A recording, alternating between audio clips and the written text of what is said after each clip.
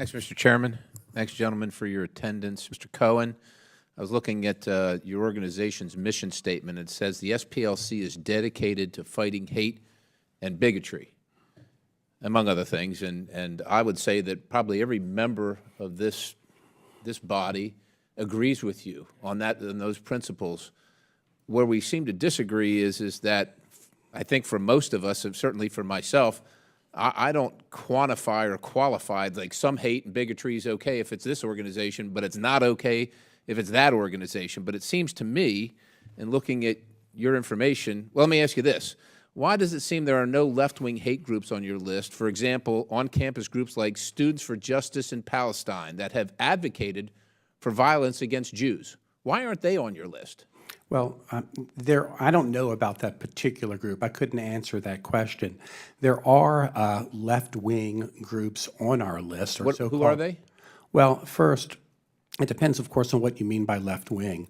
But, you know, for example, the Nation of Islam, the new Black Panther Party on our list. We also have certain anti-Semitic groups that identify with groups like ISIS. So I think that it is not the case that our listing doesn't include any left-wing groups.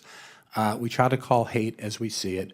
We limit our list not by left versus right, but by groups that vilify others for issues or for factors such as race, ethnicity, sexual orientation, religion, or the like. So your list also includes, as hate groups, mainstream, nonviolent public policy groups like the Family Research Council and the public interest law firms like Alliance Defending Freedom, but it doesn't list Antifa or other anarchist groups that actually literally call for violence against individuals. Does that seem to comport? To me, that reduces your credibility. Does it not to you? No. And let me speak to both of those issues, if I could, sir. You know, we list the Family Research Council not because it opposes gay marriage, but because it relentlessly vilifies the LGBT community and demonizes them with known lies and propaganda. That's why we list them. But you don't list Antifa. Yep, I was going to finish. Okay. Good. That's okay. Our listing of hate groups doesn't necessarily mean that they engage in violence, although we think that the anti-LGBT propaganda is one of the factors that makes the LGBT community in our country the most likely to be victimized by hate crimes.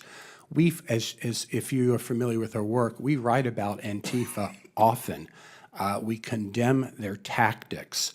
I've said so publicly, and we do so always. But Antifa is not a group that vilifies people on the basis of race, ethnicity, religion, or the like. So you're okay with Antifa as long as they don't say things that you don't agree with, but it's okay if they hit people on the head with a bike lock or set things on fire or riot and flout the law by wearing face masks and incite riotous behavior. You're okay with that? Of course not. And I said we condemn groups like Antifa. We write about them often. But you don't list them, right? Are they on the hate map? Could I finish? Yes, sir. We don't list them as hate groups. Are they on the hate map?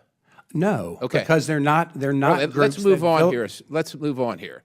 Okay. Google revealed in a blog post that it is using machine language or learning regarding hate groups and events and is partnering with the SPLC and others in that regard. How does the SPLC work with Google or its subsidiaries to modify search results of SPLC-designated people or groups?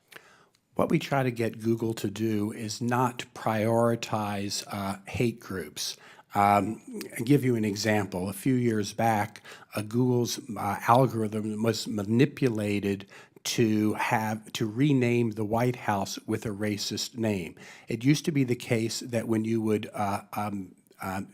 search for the Holocaust or Jews, you would get a rash of information, of anti-Semitic information. We tried to bring these kinds of issues to their attention. When Dylan Roof, for example, Googled black on white crime, he didn't get FBI statistics telling him the truth of the matter. Instead, he got hate websites such as that of the Council of Conservative Citizens. So we're trying to say to Google, your algorithm is flawed or easily manipulated But isn't to that give based people on your incorrect. opinion, sir? Well, I don't think there's any question but what Mr. Roof ran across when he Googled black on white on crime. What It's a about known when Mr. fact. Corkins Googled your website and then went and shot up the Family Research Council, including shooting an individual there, and then said that he was inspired by your website? Look, we're no more responsible for what Mr. Corkins did based on reading our website than Martin Scorsese is for what John Hinckley You're no did. more responsible, but yet Dylan Roof read whatever he read, and that is held as responsible for what he did. And I'm not saying any of them are correct, but it seems like a breathtaking double standard of which you're used as a credible source for law enforcement, and you're testifying in front of Congress when it appears obviously that it's only your opinion that you base your hate groups and citations on. Well, it is our opinion. It's an opinion that I think has a tremendous amount of credibility. But no empirical and has evidence stood- or data to back it up. I think that's incorrect. I think if you look at our hate group listing and look at the people who we list as hate mongers, that you would agree with 99% of them. Sir, my time has expired. I yield.